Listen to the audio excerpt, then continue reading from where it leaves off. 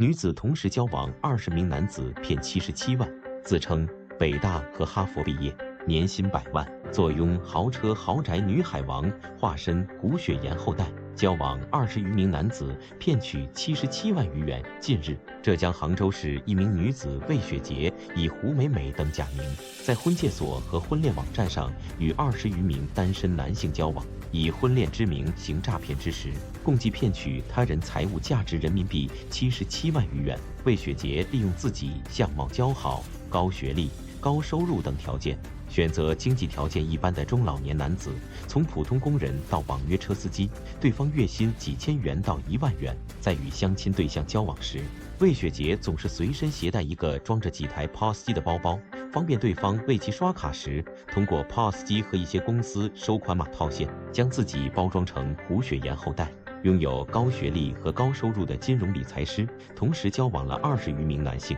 他利用这些男性的婚恋需求和自卑心理，以各种理由骗取财物，包括办理信用卡套现、使用蚂蚁花呗借呗等。在短短2年内，魏雪洁从一名普通工人老张身上骗取了数十万元，直至榨干其全部积蓄。当老张意识到可能上当受骗并报警后，魏雪洁于2022年1月25日被公安机关抓获。经过审理，魏雪洁被判处有期徒刑11年，并处罚金人民币11万元。经法院审理认为，魏雪洁的行为构成诈骗罪，被判处有期徒刑11年，并处罚金人民币11万元。检察官提醒，恋爱是美好的，婚姻是神圣的，但都以真诚为基础与前提，任何时候都要保持必要的理性，不要被甜言蜜语冲昏了头脑。